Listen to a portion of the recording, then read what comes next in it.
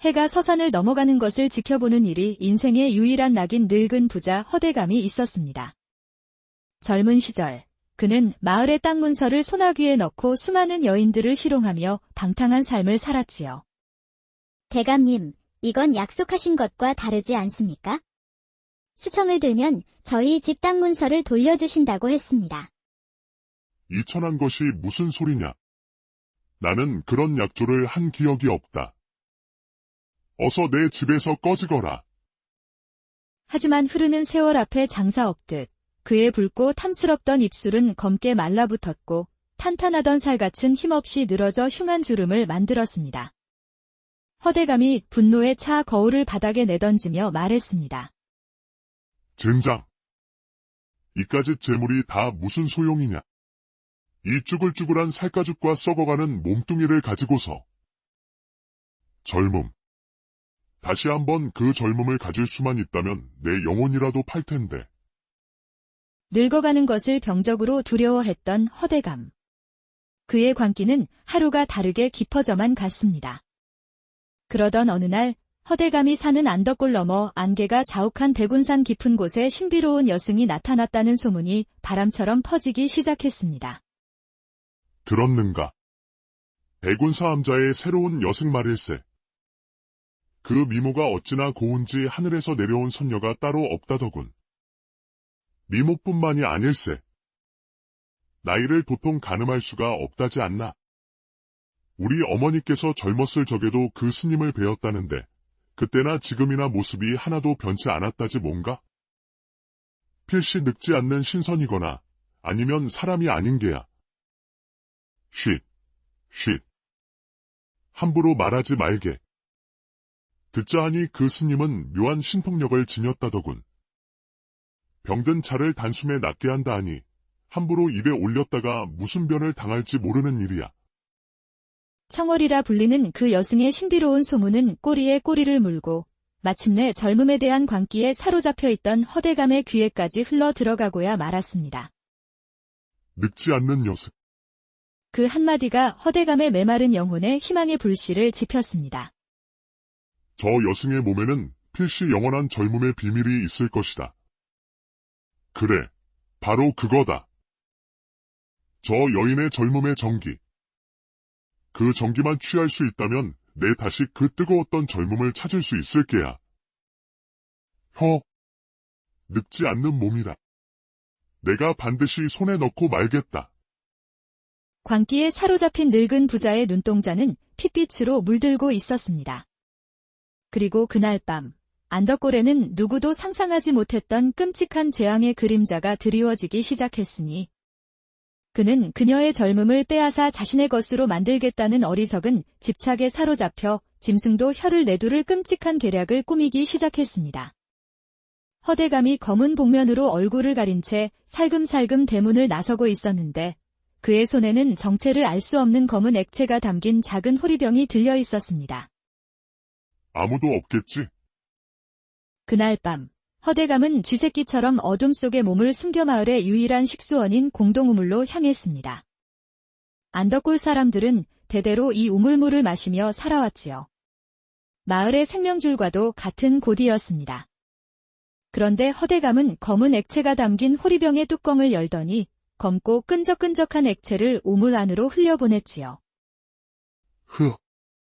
실컷 마시거라. 내 놈들이 고통에 몸부림칠수록 저 고고한 여승은 내게로 올 수밖에 없을 테니. 이 모든 것은 내 영원한 젊음을 위한 재물이니라. 그것은 사람의 기력을 서서히 앗아가는 치명적인 독이었습니다. 허대감은 자신의 추악한 욕망을 위해 온 마을 사람들의 목숨을 담보로 한 돌이킬 수 없는 죄를 저지르고 만 것입니다. 다음 날 아침, 아무것도 모르는 마을 사람들은 평소와 같이 우물물을 길어 밥을 짓고 목을 축였습니다. 하지만 재앙은 소리 없이 그리고 아주 천천히 마을을 덮쳐오기 시작했지요.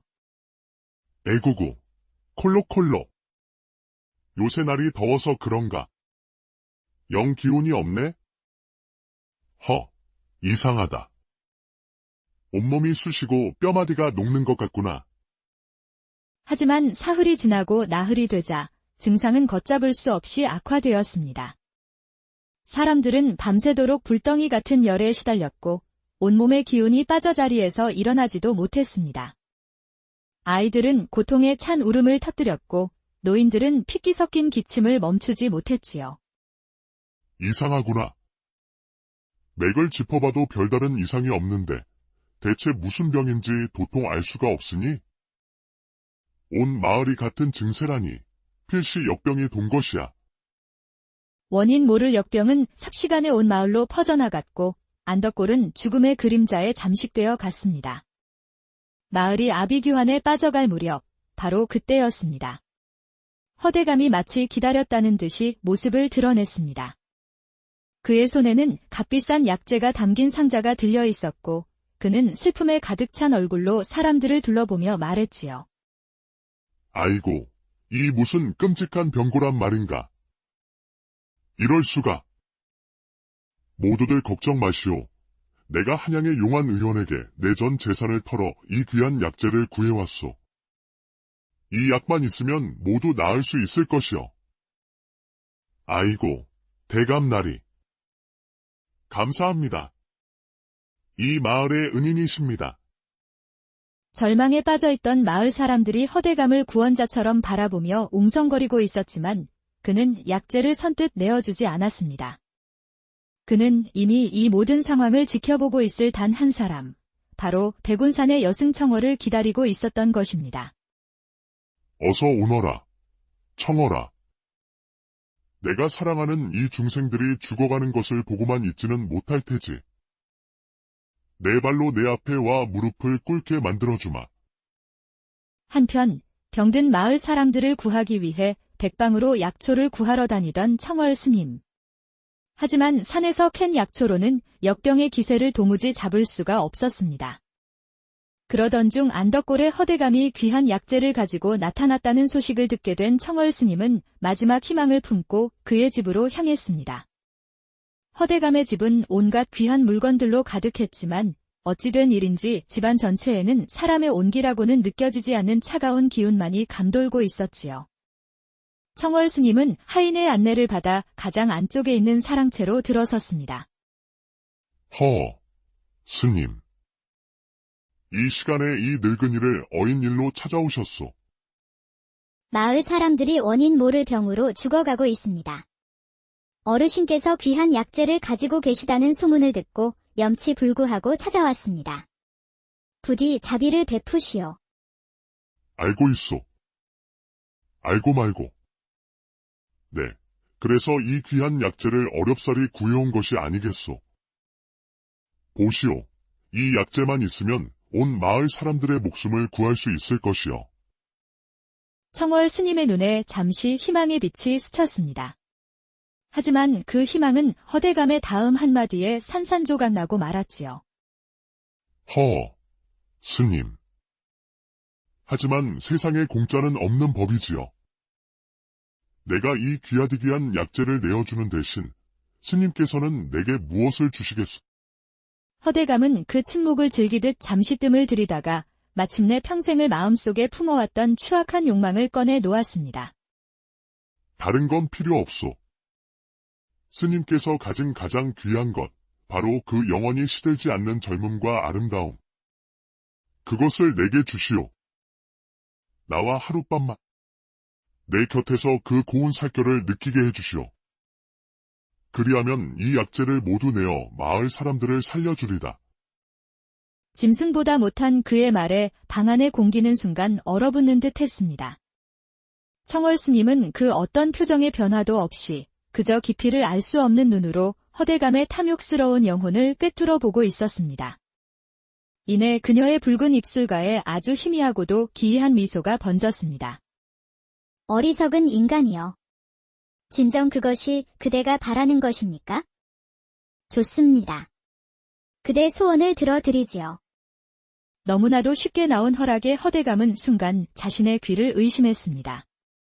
하지만 기쁨에 취한 그는 청월 스님의 다음 말을 제대로 듣지 못했지요. 대신 약속하십시오.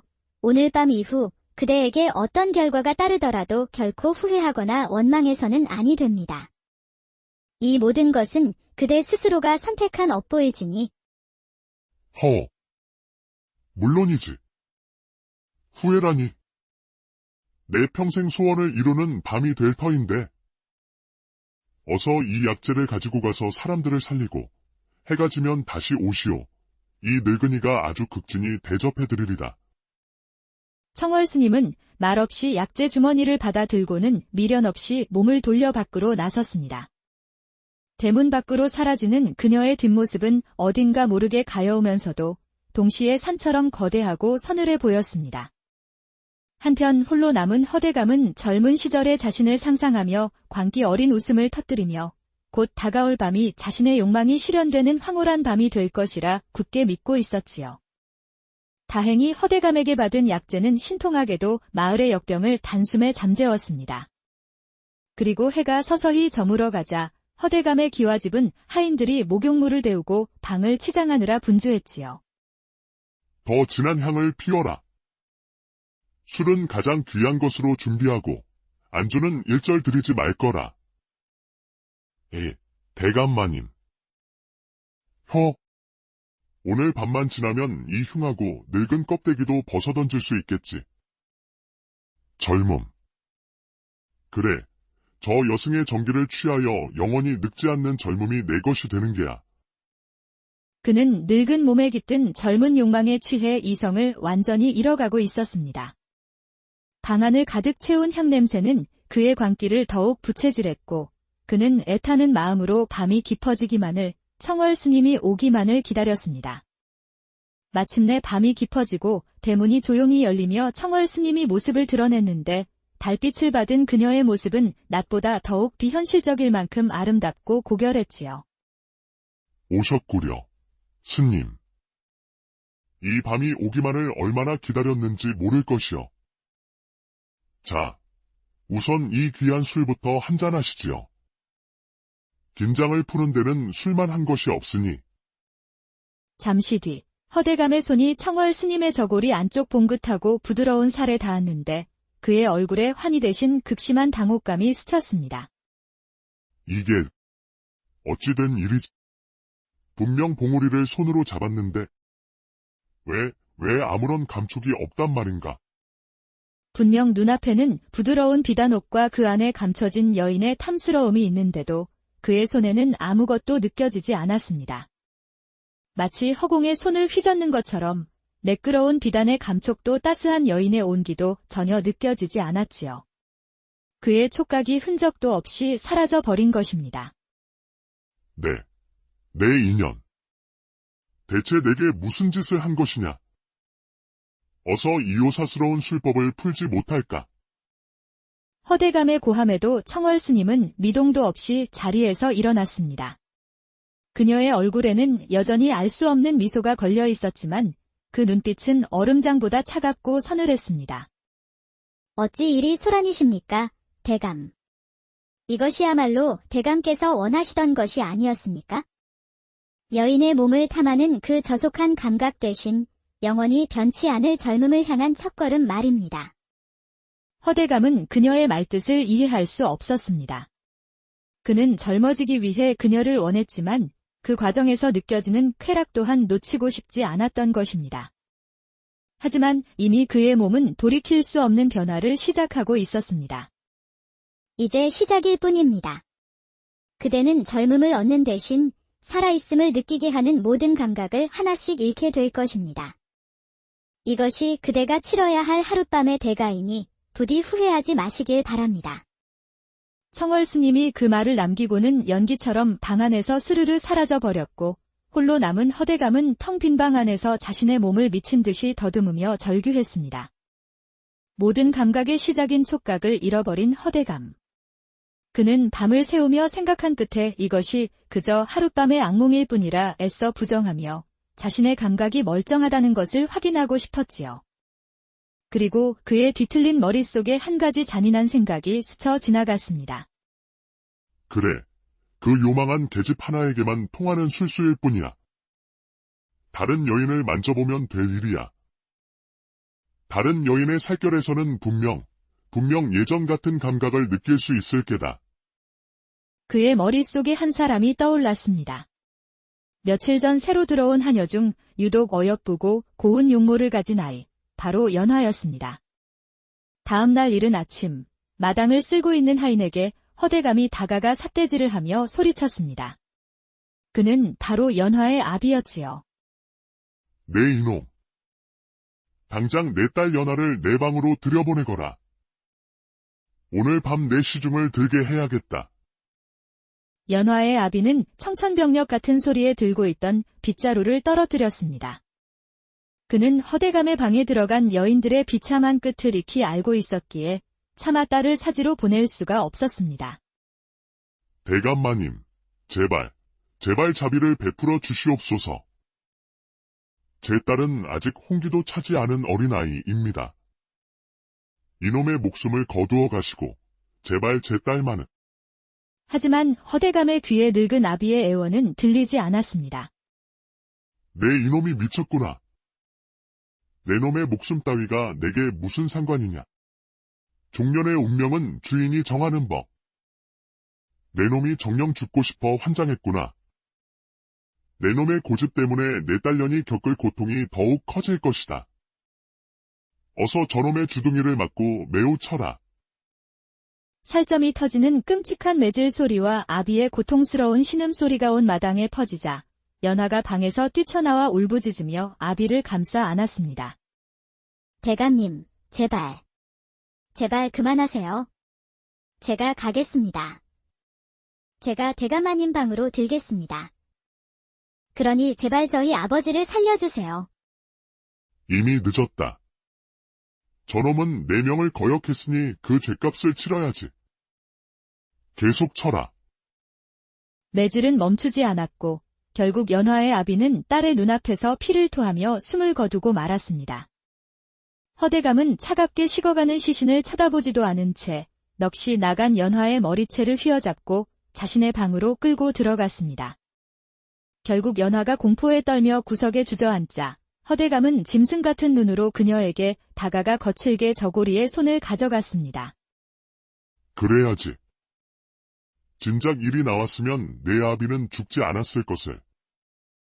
어서 저고리를 풀고 이리 오거라. 그렇지. 마치 풋사과 같구나. 자, 어디 한번 보자. 내 감각이 돌아왔는지. 그는 연화의 하얗고 부드러운 살을 보며 자신의 감각이 돌아올 것이라 굳게 믿었습니다. 그리고 떨리는 손으로 그녀의 어깨를, 팔을, 그리고 온몸을 더듬어 갔지요. 아니야. 아닐 것이야. 왜? 어째서 아무것도 느껴지지 않는 것이냐. 이럴 리가 없어. 눈앞에는 꿈에 그리던 젊고 아름다운 육체가 있었지만 그에게는 그저 차가운 돌덩이를 만지는 것과 다를 바가 없었습니다. 자신의 저주를 확인하기 위해 무고한 사람의 목숨까지 빼앗은 허대감. 그의 광기는 이제 주체할 수 없는 분노가 되어 이 모든 일의 원흉, 청월 스님을 향하기 시작합니다. 모두 모여라. 당장 무기를 챙겨 나를 따르라. 그 요망한 계집을, 그 여우를 내 손으로 갈기갈기 찢어 죽일 것이다. 날렵하고 험상궂은 인상의 무사들이 칼을 차고 허대감의 뒤를 따랐습니다. 그들은 평소 허대감이 온갖 더러운 일을 처리하기 위해 돈으로 사들인 자들이었지요. 대감님께서 단단히 노하신 모양이야. 대체 무슨 일이지? 무슨 일이긴, 그 곱상한 여승에게 바람이라도 맞으셨겠지. 덕분에 우리야 좋은 구경하게 생겼지만 말이야. 크크크. 칠흑 같은 어둠 속 횃불을 든 행렬은 마치 지옥으로 향하는 사자들의 행렬처럼 음산한 기운을 풍기며 백운산으로 향했습니다. 거친 숨을 몰아쉬며 백운산 중턱의 낡은 암자 앞에 도착한 허대감과 무사들. 암자는 굳게 닫혀 있었지만 안에서는 희미한 불빛과 함께 고요한 연불소리가 새어나오고 있었습니다. 허대감은 망설임 없이 발길질로 문을 부수고 안으로 쳐들어갔습니다. 내 인연. 감히 요사스러운 술법으로 나를 농락하고 무사할 줄 알았더냐. 당장 내 몸을 원래대로 돌려놓지 않으면 내년에 고운 살점을 한 점 한 점 포를 떠주마. 그런데 허대감의 살기 어린 협박에도 청월 스님의 얼굴에는 평온한 미소마저 감돌았습니다. 그 모습은 허대감의 분노를 더욱 들끓게 만들었지요. 어찌하여 이리 소란이십니까, 대감. 저는 그저 대감의 소원을 들어드렸을 뿐입니다. 모든 감각을 뛰어넘는 영원한 젊음을 향한 길을 열어드렸지요. 벌써 후회하시는 것입니까? 닥쳐라. 내년의 궤변에 더는 속지 않는다. 내년의 정체가 무엇이냐? 사람이냐? 귀신이냐? 아니면 천년 묵은 여우라도 되는 것이냐? 제가 누구인지는 중요하지 않습니다. 중요한 것은 그대의 탐욕이 스스로를 파멸로 이끌었다는 사실뿐이지요. 그대가 흘린 무고한 피가 이제 그대의 영혼을 옥죄기 시작할 것입니다. 청월의 말에 허대감은 어젯밤 자신이 때려 죽인 연화 아비의 얼굴을 떠올렸지만 죄책감보다 더 큰 것은 분노와 눈앞의 여승을 굴복시키고 싶다는 뒤틀린 정복욕이었습니다. 내 놈들, 뭘 하고 있느냐? 전현이 아직도 자신이 무슨 처지인지 모르는 모양이다. 당장 전현의 옷을 벗기고 사내의 뜨거운 맛을 제대로 보여주어라. 저 고고한 얼굴이 눈물과 정욕으로 범벅이 되도록 밤새도록 능욕해 주란 말이다. 크흐. 스님, 대감마님의 명이십니다. 곱게 따르는 것이 신상에 좋을 것입니다. 형님, 이렇게 고운 여승은 난생 처음 봅니다. 그려. 오늘 밤이 아주 즐거울 것 같습니다. 짐승 같은 사내들이 청월 스님을 향해 더러운 손을 뻗는 순간 그녀는 눈을 감고 나지막이 무언가를 을조렸습니다. 그것은 염불이 아니었습니다. 마치 태고의 존재를 깨우는 듯한 알아들을 수 없는 주문과도 같았습니다. 잠시 뒤 청월 스님이 눈을 번쩍 뜨자 암자 전체가 격렬하게 흔들리기 시작했습니다. 으아! 이게 무슨 일이냐? 지진이라도 난 것이냐? 그리고 암자 바닥의 흙과 벽의 틈새에서 무언가 시커먼 것들이 꿈틀거리며 기어 나오기 시작했습니다. 독벌레다. 이게 다 뭐야? 눈 깜짝할 사이에 고요했던 암자는 온갖 흉측한 독충들이 들끓는 지옥으로 변해버렸습니다. 살려주시오. 대감마님. 살려주시오. 기이하게도 수천수만 마리의 독충들은 허대감의 무사들에게만 맹렬하게 달려들었고 순식간에 살점을 뜯어내기 시작했습니다. 그들은 자신들이 탐하려 했던 여인의 눈앞에서 온몸의 살점이 뜯겨나가는 끔찍한 고통 속에서 죽어갔습니다. 이게 무슨 일이냐? 말도 안 돼. 모든 것이 순식간에 벌어진 일이었습니다. 암자 바닥에는 이제 사람의 형체를 한 해골들만이 뒹굴고 있었고 그들을 먹어치운 독충떼는 다시 땅속과 벽 틈으로 스르르 사라져 갔습니다. 스님. 살려주시오. 내가 잘못했소. 청월 스님은 그의 앞에 멈춰서서 그를 차갑게 내려다보았습니다. 그녀의 아름다운 얼굴은 그대로였지만 그 눈빛만은 여전히 지옥의 심연처럼 깊고 푸르게 빛나고 있었습니다. 어찌 이래도 아직 사내의 힘을 보여주고 싶으십니까? 그대의 더러운 욕망이 이 가여운 자들을 죽음으로 몰아넣었습니다. 청월이 허대감의 이마에 손가락을 가져다 대자 그녀의 손가락 끝에서 푸른 빛이 희미하게 빛났습니다. 오늘 밤의 일은 시작에 불과합니다. 이제 그대의 죄가 그대를 심판할 것입니다. 내가 아니더라도 그대가 죽인 원혼들이 밤마다 그대를 찾아갈 테니 부디 남은 생 동안 단 하루도 편히 잠들지 못하기를. 허대감이 정신을 잃었다 다시 눈을 떴을 때 암자는 텅 비어 있었고 바닥에는 무사들의 해골 대신 그들이 입고 있던 옷가지와 칼만이 어지럽게 널려 있었습니다. 그는 공포에 질려 비명을 지르며 미친 듯이 산을 내려가기 시작했습니다. 그의 지옥은 이제 막 시작되었을 뿐입니다. 잠시 뒤 어두운 방 안, 허대감은 술병을 손에 쥔 채 구석에서 극도의 공포로 벌벌 떨고 있었습니다. 아니야. 난 아무것도 보지 못했어. 그냥 술에 취해 헛것을 본 것이야. 그래, 전부 꿈이야. 한편 소식을 들은 하인들과 척들은 공포에 질려 그날 밤 모두 짐을 싸서 도망쳐 버렸고 거대한 기와집에는 허대감 홀로 남겨졌습니다.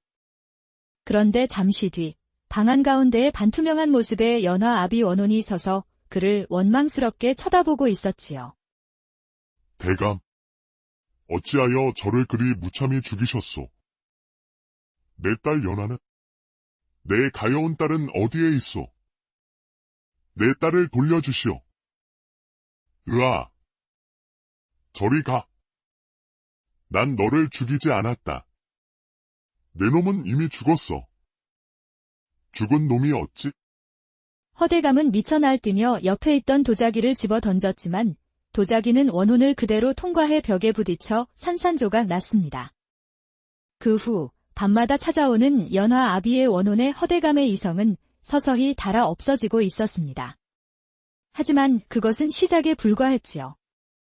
밤마다 허대감의 주변에 나타나는 원혼의 수가 점점 늘어났는데 젊은 시절 그에게 겁탈당하고 버려진 여인들, 그에게 땅을 빼앗기고 굶어 죽은 소장농들, 억울한 누명을 쓰고 옥사한 사람들이었습니다. 대감.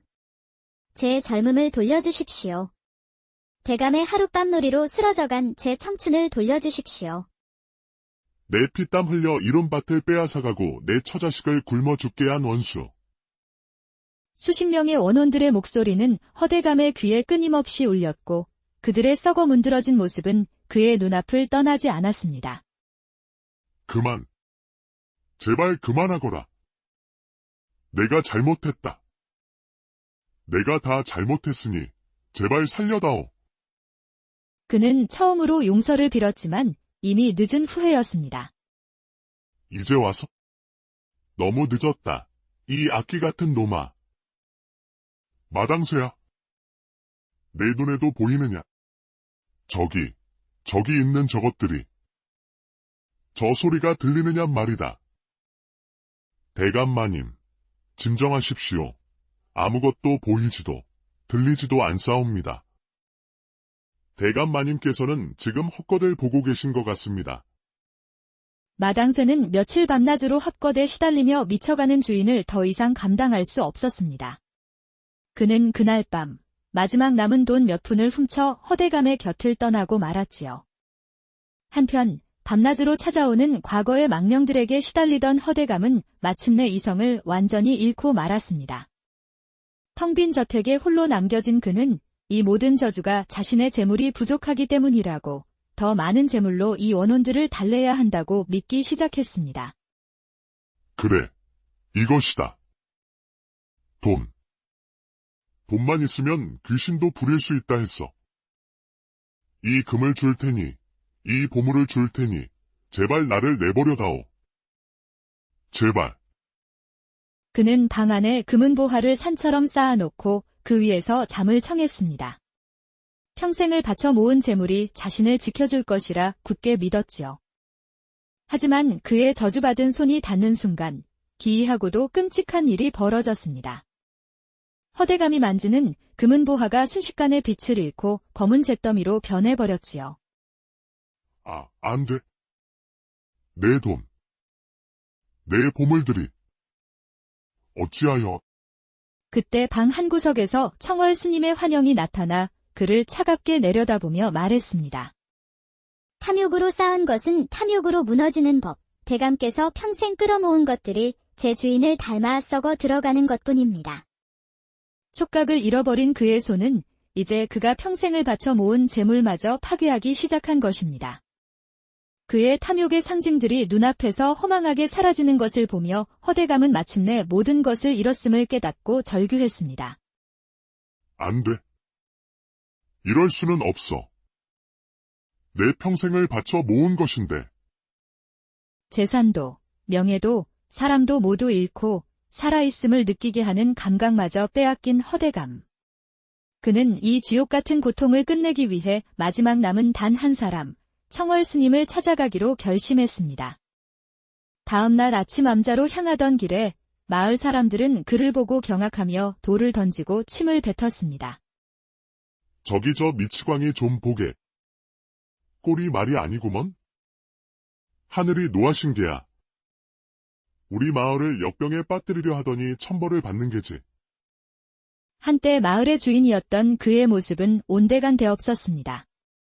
돌에 맞아 이마가 찢어져 피가 흘렀지만 그는 아무런 고통도 느끼지 못한 채 그저 묵묵히 산을 향해 걸어갈 뿐이었습니다. 스님, 제가 갑니다. 제발 저를 용서해 주십시오. 그의 머릿속에는 오직 청월 스님에게 용서를 빌어야 한다는 생각뿐이었습니다. 한참 뒤, 마침내 낡은 암자 앞에 도착한 허대감은 암자 안에서 고요히 앉아 그를 기다리고 있는 청월 스님 앞으로 기어가듯이 걸어갔습니다.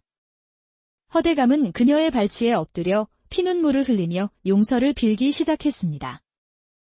스님. 제가 다 잘못했습니다. 제 탐욕이 너무도 컸습니다. 제 죄가 너무도 깊습니다. 제발 이 저주를 거두어 주십시오. 차라리 제 목숨을 거두어 가십시오. 이제야 자신의 죄를 보시는군요. 하지만 너무 늦었습니다. 대감.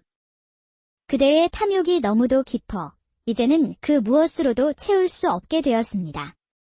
그대의 업보는 그대 스스로 끝내야만 합니다. 청월 스님은 말없이 방 안쪽을 가리켰습니다. 그곳에는 허대감이 마을 사람들을 병들게 하기 위해 우물에 풀었던 독에 남은 찌꺼기가 담긴 호리병이 놓여 있었습니다. 그대가 시작한 곳에서 그대 스스로 마침표를 찍으십시오. 그것이 그대가 지은 죄에 대한 마지막 속죄가 될 것입니다. 허대감은 절망적인 눈으로 호리병을 바라보았습니다. 그는 비로소 깨달았습니다.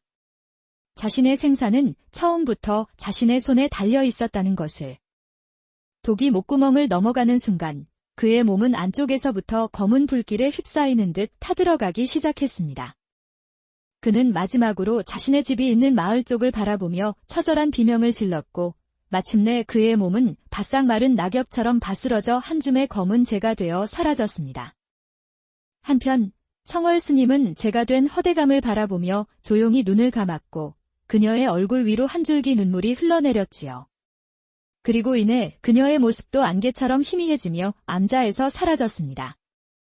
다음 날 아침, 마을 우물은 거짓말처럼 맑아졌고 사람들은 다시 평화를 되찾았고 탐욕스러운 부자였던 허대감의 텅 빈 집터와 사라진 재물을 보며 하늘의 무서운 징벌에 대해 이야기하며 오래오래 경계했다고 합니다.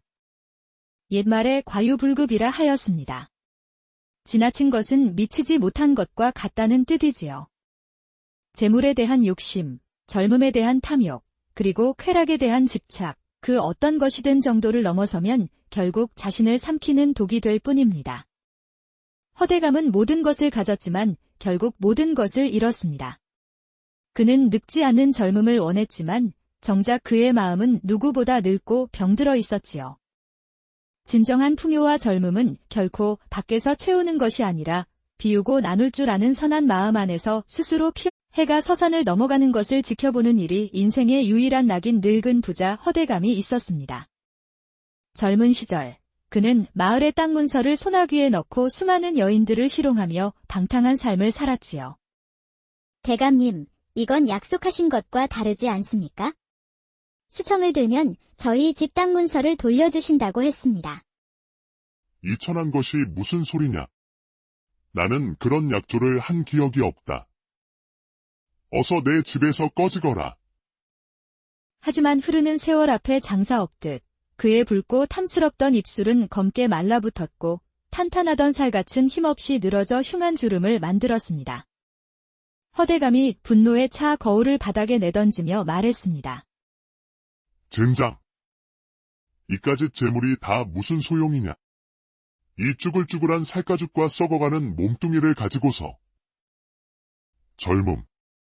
다시 한번 그 젊음을 가질 수만 있다면 내 영혼이라도 팔 텐데.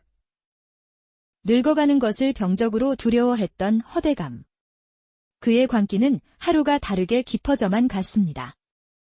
그러던 어느 날 허대감이 사는 안덕골 너머 안개가 자욱한 대군산 깊은 곳에 신비로운 여승이 나타났다는 소문이 바람처럼 퍼지기 시작했습니다. 들었는가? 대군사암자의 새로운 여생 말일세. 그 미모가 어찌나 고운지 하늘에서 내려온 선녀가 따로 없다더군. 미모뿐만이 아닐세. 나이를 도통 가늠할 수가 없다지 않나. 우리 어머니께서 젊었을 적에도 그 스님을 뵈었다는데 그때나 지금이나 모습이 하나도 변치 않았다지 뭔가? 필시 늙지 않는 신선이거나 아니면 사람이 아닌 게야. 쉿. 함부로 말하지 말게. 듣자 하니 그 스님은 묘한 신통력을 지녔다더군. 병든 차를 단숨에 낫게 한다 하니 함부로 입에 올렸다가 무슨 변을 당할지 모르는 일이야. 청월이라 불리는 그 여승의 신비로운 소문은 꼬리에 꼬리를 물고 마침내 젊음에 대한 광기에 사로잡혀 있던 허대감의 귀에까지 흘러 들어가고야 말았습니다. 늙지 않는 여승. 그 한마디가 허대감의 메마른 영혼에 희망의 불씨를 지폈습니다. 저 여승의 몸에는 필시 영원한 젊음의 비밀이 있을 것이다. 그래, 바로 그거다. 저 여인의 젊음의 정기. 그 정기만 취할 수 있다면 내 다시 그 뜨거웠던 젊음을 찾을 수 있을 게야. 늙지 않는 몸이라. 내가 반드시 손에 넣고 말겠다. 광기에 사로잡힌 늙은 부자의 눈동자는 핏빛으로 물들고 있었습니다. 그리고 그날 밤, 안덕골에는 누구도 상상하지 못했던 끔찍한 재앙의 그림자가 드리워지기 시작했으니 그는 그녀의 젊음을 빼앗아 자신의 것으로 만들겠다는 어리석은 집착에 사로잡혀 짐승도 혀를 내두를 끔찍한 계략을 꾸미기 시작했습니다. 허대감이 검은 복면으로 얼굴을 가린 채 살금살금 대문을 나서고 있었는데 그의 손에는 정체를 알 수 없는 검은 액체가 담긴 작은 호리병이 들려 있었습니다. 아무도 없겠지? 그날 밤, 허대감은 쥐새끼처럼 어둠 속에 몸을 숨겨 마을의 유일한 식수원인 공동우물로 향했습니다. 안덕골 사람들은 대대로 이 우물물을 마시며 살아왔지요. 마을의 생명줄과도 같은 고디였습니다. 그런데 허대감은 검은 액체가 담긴 호리병의 뚜껑을 열더니 검고 끈적끈적한 액체를 우물 안으로 흘려보냈지요. 실컷 마시거라. 내 놈들이 고통에 몸부림칠수록 저 고고한 여승은 내게로 올 수밖에 없을 테니. 이 모든 것은 내 영원한 젊음을 위한 재물이니라. 그것은 사람의 기력을 서서히 앗아가는 치명적인 독이었습니다. 허대감은 자신의 추악한 욕망을 위해 온 마을 사람들의 목숨을 담보로 한 돌이킬 수 없는 죄를 저지르고 만 것입니다. 다음 날 아침, 아무것도 모르는 마을 사람들은 평소와 같이 우물물을 길어 밥을 짓고 목을 축였습니다. 하지만 재앙은 소리 없이 그리고 아주 천천히 마을을 덮쳐오기 시작했지요. 에구구, 콜록콜록. 요새 날이 더워서 그런가? 영 기운이 없네? 이상하다. 온몸이 쑤시고 뼈마디가 녹는 것 같구나. 하지만 사흘이 지나고 나흘이 되자 증상은 걷잡을 수 없이 악화되었습니다. 사람들은 밤새도록 불덩이 같은 열에 시달렸고 온몸의 기운이 빠져 자리에서 일어나지도 못했습니다. 아이들은 고통에 찬 울음을 터뜨렸고 노인들은 핏기 섞인 기침을 멈추지 못했지요. 이상하구나. 맥을 짚어봐도 별다른 이상이 없는데 대체 무슨 병인지 도통 알 수가 없으니? 온 마을이 같은 증세라니 필시 역병이 돈 것이야. 원인 모를 역병은 삽시간에 온 마을로 퍼져나갔고 안덕골은 죽음의 그림자에 잠식되어 갔습니다. 마을이 아비규환에 빠져갈 무렵 바로 그때였습니다. 허대감이 마치 기다렸다는 듯이 모습을 드러냈습니다. 그의 손에는 값비싼 약재가 담긴 상자가 들려 있었고 그는 슬픔에 가득 찬 얼굴로 사람들을 둘러보며 말했지요. 아이고, 이 무슨 끔찍한 병고란 말인가. 이럴 수가. 모두들 걱정 마시오. 내가 한양의 용한 의원에게 내 전 재산을 털어 이 귀한 약재를 구해왔소. 이 약만 있으면 모두 나을 수 있을 것이오. 아이고, 대감나리. 감사합니다. 이 마을의 은인이십니다.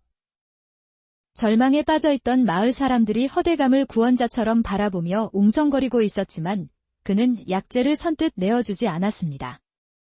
그는 이미 이 모든 상황을 지켜보고 있을 단 한 사람, 바로 백운산의 여승청어를 기다리고 있었던 것입니다. 어서 오너라. 청어라. 내가 사랑하는 이 중생들이 죽어가는 것을 보고만 있지는 못할 테지. 내 발로 내 앞에 와 무릎을 꿇게 만들어주마. 한편 병든 마을 사람들을 구하기 위해 백방으로 약초를 구하러 다니던 청월 스님. 하지만 산에서 캔 약초로는 역병의 기세를 도무지 잡을 수가 없었습니다. 그러던 중 안덕골의 허대감이 귀한 약재를 가지고 나타났다는 소식을 듣게 된 청월 스님은 마지막 희망을 품고 그의 집으로 향했습니다. 허대감의 집은 온갖 귀한 물건들로 가득했지만 어찌된 일인지 집안 전체에는 사람의 온기라고는 느껴지지 않는 차가운 기운만이 감돌고 있었지요. 청월 스님은 하인의 안내를 받아 가장 안쪽에 있는 사랑채로 들어섰습니다. 스님. 이 시간에 이 늙은이를 어인일로 찾아오셨소. 마을 사람들이 원인 모를 병으로 죽어가고 있습니다. 어르신께서 귀한 약재를 가지고 계시다는 소문을 듣고 염치불구하고 찾아왔습니다. 부디 자비를 베푸시오. 알고 있소. 알고 말고. 네, 그래서 이 귀한 약재를 어렵사리 구해온 것이 아니겠소. 보시오. 이 약재만 있으면 온 마을 사람들의 목숨을 구할 수 있을 것이요. 청월 스님의 눈에 잠시 희망의 빛이 스쳤습니다. 하지만 그 희망은 허대감의 다음 한마디에 산산조각 나고 말았지요. 스님. 하지만 세상에 공짜는 없는 법이지요. 내가 이 귀하디귀한 약재를 내어주는 대신 스님께서는 내게 무엇을 주시겠소? 허대감은 그 침묵을 즐기듯 잠시 뜸을 들이다가 마침내 평생을 마음속에 품어왔던 추악한 욕망을 꺼내 놓았습니다. 다른 건 필요 없소. 스님께서 가진 가장 귀한 것, 바로 그 영원히 시들지 않는 젊음과 아름다움. 그것을 내게 주시오.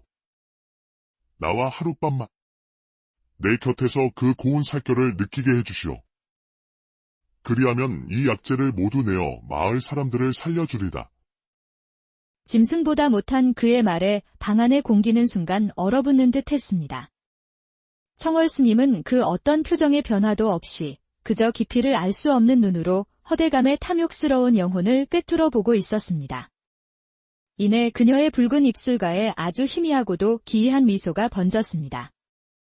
어리석은 인간이여. 진정 그것이 그대가 바라는 것입니까? 좋습니다. 그대 소원을 들어드리지요. 너무나도 쉽게 나온 허락에 허대감은 순간 자신의 귀를 의심했습니다. 하지만 기쁨에 취한 그는 청월 스님의 다음 말을 제대로 듣지 못했지요. 대신 약속하십시오. 오늘 밤 이후 그대에게 어떤 결과가 따르더라도 결코 후회하거나 원망해서는 아니 됩니다. 이 모든 것은 그대 스스로가 선택한 업보일지니. 물론이지. 후회라니. 내 평생 소원을 이루는 밤이 될 터인데. 어서 이 약재를 가지고 가서 사람들을 살리고 해가 지면 다시 오시오. 이 늙은이가 아주 극진히 대접해드리리다. 청월 스님은 말없이 약재 주머니를 받아 들고는 미련 없이 몸을 돌려 밖으로 나섰습니다. 대문 밖으로 사라지는 그녀의 뒷모습은 어딘가 모르게 가여우면서도 동시에 산처럼 거대하고 서늘해 보였습니다. 한편 홀로 남은 허대감은 젊은 시절의 자신을 상상하며 광기 어린 웃음을 터뜨리며 곧 다가올 밤이 자신의 욕망이 실현되는 황홀한 밤이 될 것이라 굳게 믿고 있었지요. 다행히 허대감에게 받은 약재는 신통하게도 마을의 역병을 단숨에 잠재웠습니다. 그리고 해가 서서히 저물어 가자 허대감의 기와집은 하인들이 목욕물을 데우고 방을 치장하느라 분주했지요. 더 진한 향을 피워라. 술은 가장 귀한 것으로 준비하고 안주는 일절 드리지 말 거라. 대감마님. 오늘 밤만 지나면 이 흉하고 늙은 껍데기도 벗어던질 수 있겠지. 젊음. 그래, 저 여승의 정기를 취하여 영원히 늙지 않는 젊음이 내 것이 되는 게야. 그는 늙은 몸에 깃든 젊은 욕망에 취해 이성을 완전히 잃어가고 있었습니다. 방 안을 가득 채운 향냄새는 그의 광기를 더욱 부채질했고 그는 애타는 마음으로 밤이 깊어지기만을 청월 스님이 오기만을 기다렸습니다. 마침내 밤이 깊어지고 대문이 조용히 열리며 청월 스님이 모습을 드러냈는데 달빛을 받은 그녀의 모습은 낮보다 더욱 비현실적일 만큼 아름답고 고결했지요. 오셨구려, 스님. 이 밤이 오기만을 얼마나 기다렸는지 모를 것이요. 자, 우선 이 귀한 술부터 한잔 하시지요. 긴장을 푸는 데는 술만 한 것이 없으니. 잠시 뒤 허대감의 손이 청월 스님의 저고리 안쪽 봉긋하고 부드러운 살에 닿았는데 그의 얼굴에 환희 대신 극심한 당혹감이 스쳤습니다. 이게 어찌된 일이지? 분명 봉우리를 손으로 잡았는데 왜 아무런 감촉이 없단 말인가? 분명 눈앞에는 부드러운 비단옷과 그 안에 감춰진 여인의 탐스러움이 있는데도 그의 손에는 아무것도 느껴지지 않았습니다. 마치 허공에 손을 휘젓는 것처럼 매끄러운 비단의 감촉도 따스한 여인의 온기도 전혀 느껴지지 않았지요. 그의 촉각이 흔적도 없이 사라져 버린 것입니다. 내 인연. 대체 내게 무슨 짓을 한 것이냐? 어서 이 요사스러운 술법을 풀지 못할까? 허대감의 고함에도 청월 스님은 미동도 없이 자리에서 일어났습니다. 그녀의 얼굴에는 여전히 알 수 없는 미소가 걸려 있었지만 그 눈빛은 얼음장보다 차갑고 서늘했습니다. 어찌 이리 소란이십니까, 대감? 이것이야말로 대감께서 원하시던 것이 아니었습니까? 여인의 몸을 탐하는 그 저속한 감각 대신 영원히 변치 않을 젊음을 향한 첫걸음 말입니다. 허대감은 그녀의 말뜻을 이해할 수 없었습니다. 그는 젊어지기 위해 그녀를 원했지만 그 과정에서 느껴지는 쾌락 또한 놓치고 싶지 않았던 것입니다. 하지만 이미 그의 몸은 돌이킬 수 없는 변화를 시작하고 있었습니다. 이제 시작일 뿐입니다. 그대는 젊음을 얻는 대신 살아있음을 느끼게 하는 모든 감각을 하나씩 잃게 될 것입니다. 이것이 그대가 치러야 할 하룻밤의 대가이니 부디 후회하지 마시길 바랍니다. 청월 스님이 그 말을 남기고는 연기처럼 방 안에서 스르르 사라져 버렸고 홀로 남은 허대감은 텅 빈 방 안에서 자신의 몸을 미친 듯이 더듬으며 절규했습니다. 모든 감각의 시작인 촉각을 잃어버린 허대감. 그는 밤을 새우며 생각한 끝에 이것이 그저 하룻밤의 악몽일 뿐이라 애써 부정하며 자신의 감각이 멀쩡하다는 것을 확인하고 싶었지요. 그리고 그의 뒤틀린 머릿속에 한 가지 잔인한 생각이 스쳐 지나갔습니다. 그래, 그 요망한 계집 하나에게만 통하는 술수일 뿐이야. 다른 여인을 만져보면 될 일이야. 다른 여인의 살결에서는 분명 예전 같은 감각을 느낄 수 있을 게다. 그의 머릿속에 한 사람이 떠올랐습니다. 며칠 전 새로 들어온 하녀 중 유독 어여쁘고 고운 용모를 가진 아이, 바로 연화였습니다. 다음 날 이른 아침, 마당을 쓸고 있는 하인에게 허대감이 다가가 삿대질을 하며 소리쳤습니다. 그는 바로 연화의 아비였지요. 내 이놈. 당장 내 딸 연화를 내 방으로 들여보내거라. 오늘 밤 내 시중을 들게 해야겠다. 연화의 아비는 청천벽력 같은 소리에 들고 있던 빗자루를 떨어뜨렸습니다. 그는 허대감의 방에 들어간 여인들의 비참한 끝을 익히 알고 있었기에 차마 딸을 사지로 보낼 수가 없었습니다. 대감마님, 제발 자비를 베풀어 주시옵소서. 제 딸은 아직 홍기도 차지 않은 어린아이입니다. 이놈의 목숨을 거두어 가시고 제발 제 딸만은. 하지만 허대감의 귀에 늙은 아비의 애원은 들리지 않았습니다. 내 이놈이 미쳤구나. 내 놈의 목숨 따위가 내게 무슨 상관이냐. 종년의 운명은 주인이 정하는 법. 내 놈이 정령 죽고 싶어 환장했구나. 내 놈의 고집 때문에 내 딸년이 겪을 고통이 더욱 커질 것이다. 어서 저놈의 주둥이를 맞고 매우 쳐라. 살점이 터지는 끔찍한 매질 소리와 아비의 고통스러운 신음소리가 온 마당에 퍼지자 연화가 방에서 뛰쳐나와 울부짖으며 아비를 감싸 안았습니다. 대감님, 제발. 제발 그만하세요. 제가 가겠습니다. 제가 대감마님 방으로 들겠습니다. 그러니 제발 저희 아버지를 살려주세요. 이미 늦었다. 저놈은 4명을 거역했으니 그 죗값을 치러야지. 계속 쳐라. 매질은 멈추지 않았고 결국 연화의 아비는 딸의 눈앞에서 피를 토하며 숨을 거두고 말았습니다. 허대감은 차갑게 식어가는 시신을 쳐다보지도 않은 채 넋이 나간 연화의 머리채를 휘어잡고 자신의 방으로 끌고 들어갔습니다. 결국 연화가 공포에 떨며 구석에 주저앉자 허대감은 짐승 같은 눈으로 그녀에게 다가가 거칠게 저고리에 손을 가져갔습니다. 그래야지. 진작 일이 나왔으면 내 아비는 죽지 않았을 것을. 어서 저고리를 풀고 이리 오거라. 그렇지. 그렇지. 마치 풋사과 같구나. 자, 어디 한번 보자. 내 감각이 돌아왔는지. 그는 연화의 하얗고 부드러운 살을 보며 자신의 감각이 돌아올 것이라 굳게 믿었습니다. 그리고 떨리는 손으로 그녀의 어깨를, 팔을, 그리고 온몸을 더듬어 갔지요. 아니야. 아닐 것이야. 왜? 어째서 아무것도 느껴지지 않는 것이냐? 이럴 리가 없어. 눈앞에는 꿈에 그리던 젊고 아름다운 육체가 있었지만 그에게는 그저 차가운 돌덩이를 만지는 것과 다를 바가 없었습니다. 자신의 저주를 확인하기 위해 무고한 사람의 목숨까지 빼앗은 허대감. 그의 광기는 이제 주체할 수 없는 분노가 되어 이 모든 일의 원흉, 청월 스님을 향하기 시작합니다. 모두 모여라. 당장 무기를 챙겨 나를 따르라. 그 요망한 계집을, 그 여우를 내 손으로 갈기갈기 찢어 죽일 것이다. 날렵하고 험상궂은 인상의 무사들이 칼을 차고 허대감의 뒤를 따랐습니다.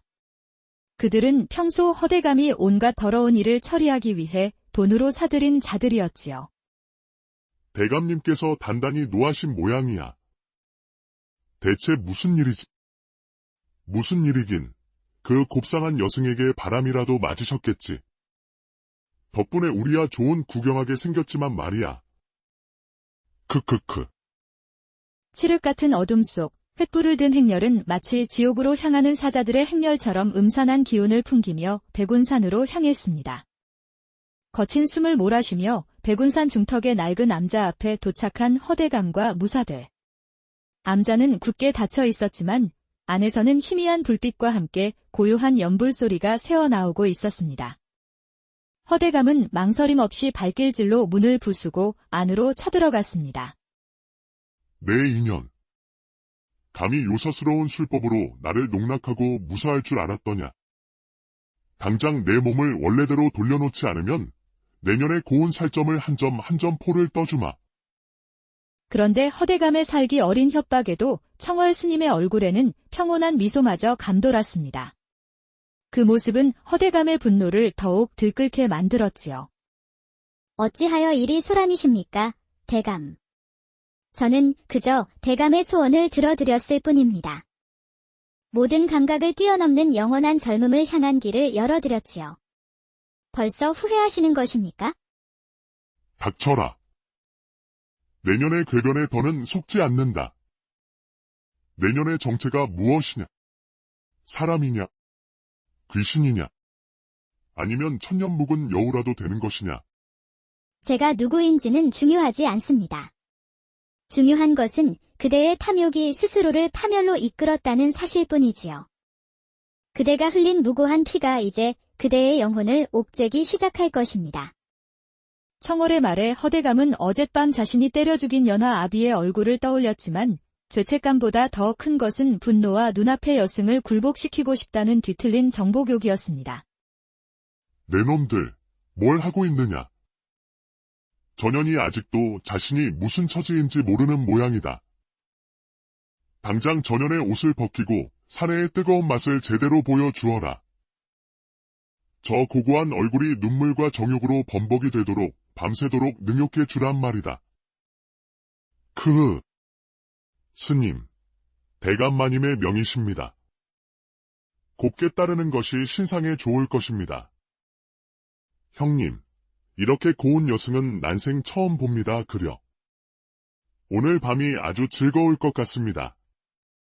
짐승 같은 사내들이 청월 스님을 향해 더러운 손을 뻗는 순간 그녀는 눈을 감고 나지막이 무언가를 읊조렸습니다. 그것은 연불이 아니었습니다. 마치 태고의 존재를 깨우는 듯한 알아들을 수 없는 주문과도 같았습니다. 잠시 뒤 청월 스님이 눈을 번쩍 뜨자 암자 전체가 격렬하게 흔들리기 시작했습니다. 으아! 이게 무슨 일이냐? 지진이라도 난 것이냐? 그리고 암자 바닥의 흙과 벽의 틈새에서 무언가 시커먼 것들이 꿈틀거리며 기어 나오기 시작했습니다. 독벌레다. 이게 다 뭐야? 눈 깜짝할 사이에 고요했던 암자는 온갖 흉측한 독충들이 들끓는 지옥으로 변해버렸습니다. 아, 살려주시오. 대감마님, 살려주시오. 기이하게도 수천수만 마리의 독충들은 허대감의 무사들에게만 맹렬하게 달려들었고 순식간에 살점을 뜯어내기 시작했습니다. 그들은 자신들이 탐하려 했던 여인의 눈앞에서 온몸의 살점이 뜯겨나가는 끔찍한 고통 속에서 죽어갔습니다. 이게 무슨 일이냐? 말도 안 돼. 모든 것이 순식간에 벌어진 일이었습니다. 암자 바닥에는 이제 사람의 형체를 한 해골들만이 뒹굴고 있었고 그들을 먹어치운 독충떼는 다시 땅속과 벽 틈으로 스르르 사라져 갔습니다. 스님. 살려주시오. 내가 잘못했소. 청월 스님은 그의 앞에 멈춰서서 그를 차갑게 내려다보았습니다. 그녀의 아름다운 얼굴은 그대로였지만 그 눈빛만은 여전히 지옥의 심연처럼 깊고 푸르게 빛나고 있었습니다. 어찌 이래도 아직 사내의 힘을 보여주고 싶으십니까? 그대의 더러운 욕망이 이 가여운 자들을 죽음으로 몰아넣었습니다. 청월이 허대감의 이마에 손가락을 가져다 대자 그녀의 손가락 끝에서 푸른 빛이 희미하게 빛났습니다. 오늘 밤의 일은 시작에 불과합니다. 이제 그대의 죄가 그대를 심판할 것입니다. 내가 아니더라도 그대가 죽인 원혼들이 밤마다 그대를 찾아갈 테니 부디 남은 생 동안 단 하루도 편히 잠들지 못하기를. 허대감이 정신을 잃었다 다시 눈을 떴을 때 암자는 텅 비어 있었고 바닥에는 무사들의 해골 대신 그들이 입고 있던 옷가지와 칼만이 어지럽게 널려 있었습니다. 그는 공포에 질려 비명을 지르며 미친 듯이 산을 내려가기 시작했습니다. 그의 지옥은 이제 막 시작되었을 뿐입니다. 잠시 뒤 어두운 방 안, 허대감은 술병을 손에 쥔 채 구석에서 극도의 공포로 벌벌 떨고 있었습니다. 아니야. 난 아무것도 보지 못했어. 그냥 술에 취해 헛것을 본 것이야. 그래, 전부 꿈이야. 한편 소식을 들은 하인들과 척들은 공포에 질려 그날 밤 모두 짐을 싸서 도망쳐 버렸고 거대한 기와집에는 허대감 홀로 남겨졌습니다. 그런데 잠시 뒤 방 한가운데에 반투명한 모습의 연화 아비 원혼이 서서 그를 원망스럽게 쳐다보고 있었지요. 대감, 어찌하여 저를 그리 무참히 죽이셨소? 내 딸 연하는? 내 가여운 딸은 어디에 있소? 내 딸을 돌려주시오. 으아! 저리 가. 난 너를 죽이지 않았다. 내 놈은 이미 죽었어. 죽은 놈이 어찌? 허대감은 미쳐 날뛰며 옆에 있던 도자기를 집어 던졌지만 도자기는 원혼을 그대로 통과해 벽에 부딪혀 산산조각 났습니다. 그 후 밤마다 찾아오는 연화 아비의 원혼의 허대감의 이성은 서서히 닳아 없어지고 있었습니다. 하지만 그것은 시작에 불과했지요. 밤마다 허대감의 주변에 나타나는 원혼의 수가 점점 늘어났는데 젊은 시절 그에게 겁탈당하고 버려진 여인들, 그에게 땅을 빼앗기고 굶어 죽은 소장농들, 억울한 누명을 쓰고 옥사한 사람들이었습니다. 대감, 제 젊음을 돌려주십시오. 대감의 하룻밤놀이로 쓰러져간 제 청춘을 돌려주십시오. 내 피땀 흘려 이룬 밭을 빼앗아가고 내 처자식을 굶어 죽게 한 원수. 수십 명의 원혼들